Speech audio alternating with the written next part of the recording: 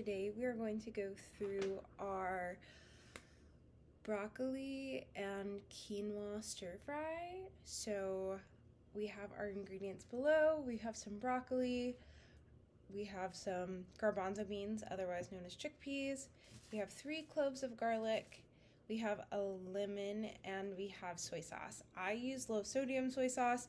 I don't find there to be a difference, but in this recipe you can use teriyaki, you can use Worcestershire, you could use really whatever you want and whatever flavor you want, and you can also throw in your proteins. So if you have chicken, perfect time to add it. If you have your fish of the month, again, this is a really great recipe to add. And so we're going to be using quinoa as a base today, but don't worry, you can also use rice if you're not super interested in quinoa. So let's get started.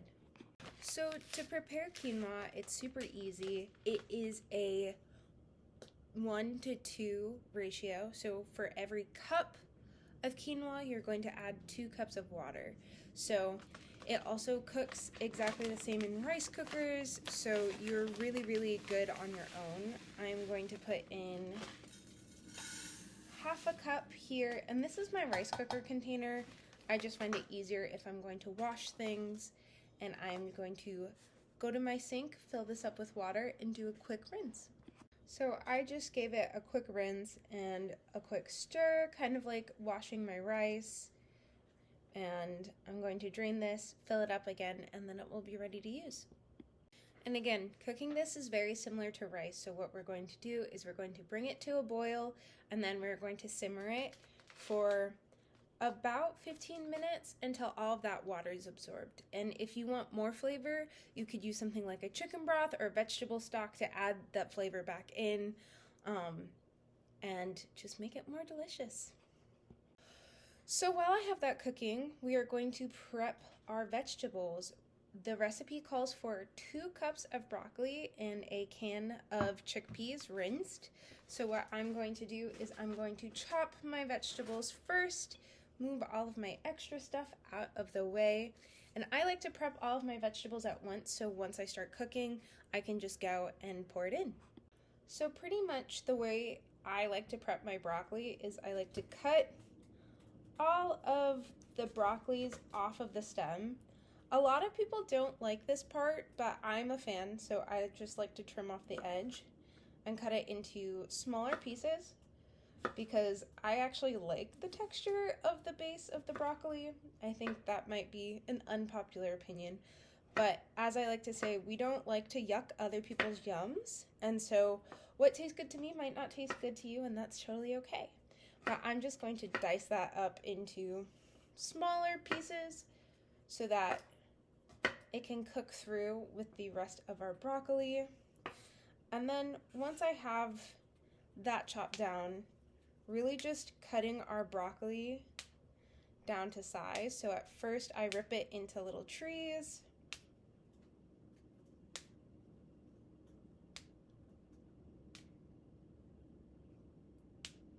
And then once it's pretty much not breakable, I like to cut it again.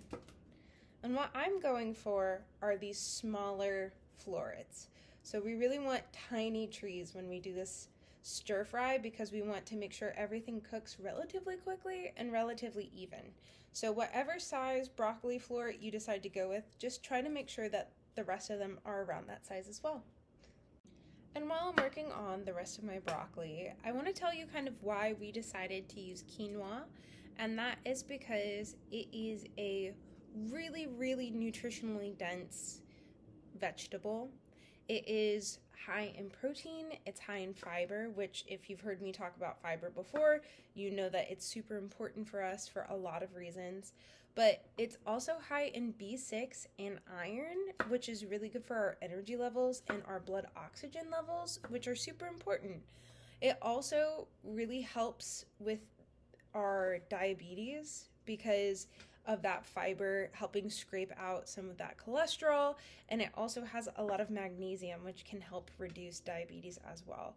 So it is a really great alternative to rice and pasta, especially if you can't have rice and pasta due to the carb intake. and it's also a great replacement for meat. So if you're vegetarian, quinoa is great because of that protein content as well. And you can pretty much add it to anything. I've found that what is so great about every single month that we do this and every single recipe is a lot of the time the foods that we highlight are really, really plain, which that could be considered a bad thing at times, but when you're a chef, that means that it could really do whatever you want it to, right? And so that's something that's really great and really fun, is figuring out the best ways for you to eat quinoa. So that could look like being in a salad, it could look like being in a stir fry like this instead of eating rice. It could be added to soups, and it can also be added as part of a more sweet item, so something like in a yogurt parfait with some chia seeds for healthy fats as well.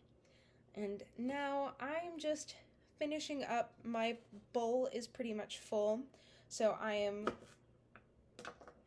think I'm gonna stop at 2 florets, but once I finish chopping this up, we will continue on. Now I'm going to chop up my garlic. I like to do the press method just to get all of those skins off relatively easily, but if you're afraid of knives, don't do anything you're not comfortable with.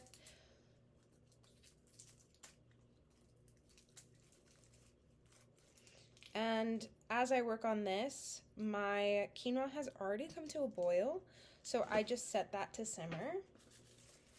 And we're mincing our garlic for this recipe, so we want somewhere between a large top and a really fine dice, so it doesn't have to be perfect. And I like larger chunks of garlic, but I always let people know that if you're feeding other people, or if you might have picky eaters in your family like I do, it's always best to try to make things as small as possible so that they learn about the flavor without having to fear the texture, which is a really big thing for picky eaters.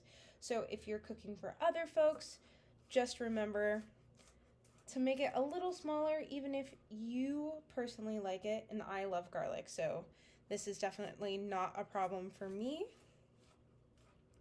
And as always, just talking about knife safety, we want to keep our hand in a little claw so that we do not lose any fingers. And we're really only taking the back part of our knife and rocking it back and forth. And we'll do that until we get some nice little pieces of garlic to saute. Great, so now that our garlic's done, I'm going to put it in a container. And I'd say the best thing about this stir fry is that you can pretty much add anything to it. So let's say you have some extra peppers, let's say you like a little bit of spice in there. That's something that you can always do and always change. It's really encouraged that you change the recipes because we want you guys to eat the ingredients. We don't want you to, be afraid or be hesitant about using things. So we'd much rather you find joy in what you're making than follow the recipe exactly. And trust me, I definitely do not follow recipes exactly. So if you're thinking that I'm the expert here, I'm giving you free reign to make it your own. So next thing is taking our chickpeas. And a fun fact about chickpeas, the chickpea water can be used as a replacement for egg whites. So if you ever have somebody who's vegan in your life, or you want to make a meringue and you don't have egg whites, the liquid of the chickpea is actually really, really great for that.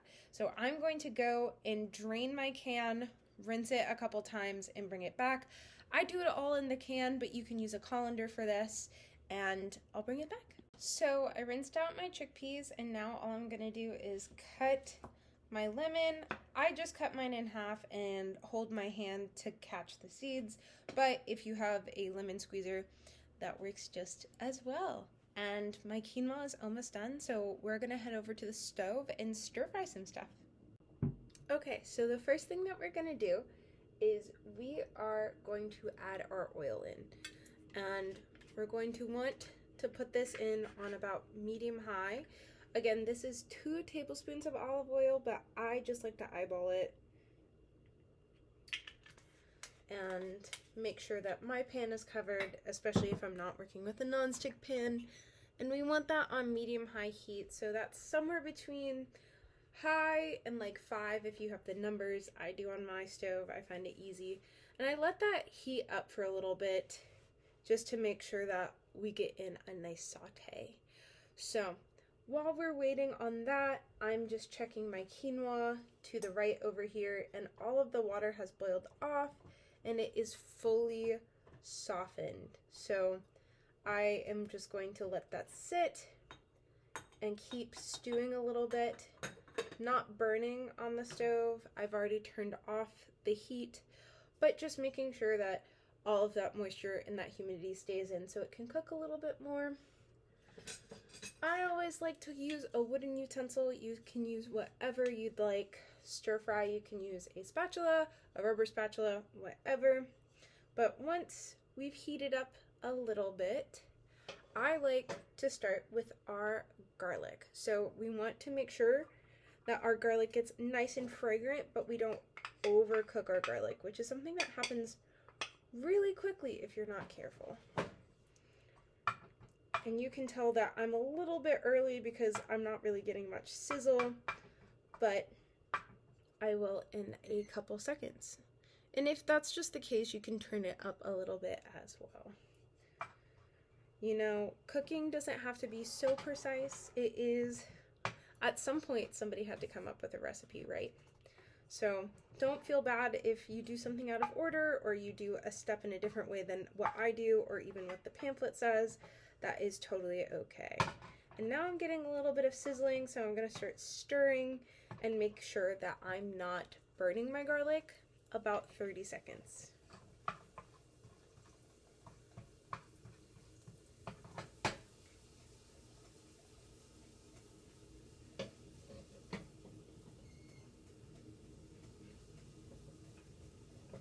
And I've lifted mine up here just because now the oil is really hot and I don't want to add more heat to it, and I just want to use this residual heat to make sure my garlic is cooked.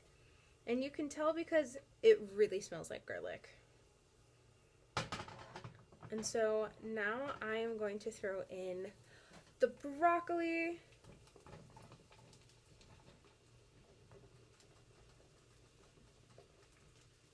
So the visual cue for the broccoli is that we want a bright green looking texture. So you can see down here, there's a little bit of vibrancy on the side that touched the oil, and that's kind of what we're looking for. We're looking for a little bit of a cook down.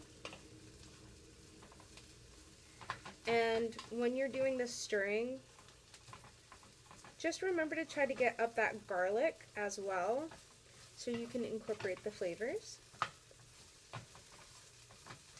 If your broccoli doesn't cook as quickly or as thoroughly as you like, you can always add some water to steam it.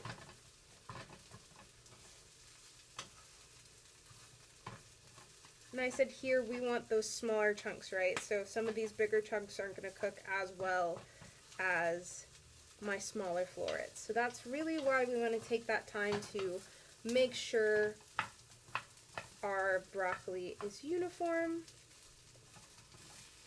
But I don't really mind big chunks of broccoli. I am a broccoli fanatic, so it is totally okay.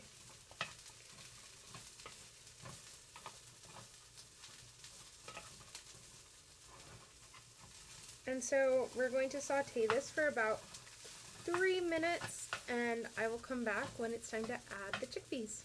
So now that my broccoli has absorbed all of my oil, I'm going to go and add my chickpeas in. And I'm just sprinkling them in, trying to get them out as best I can.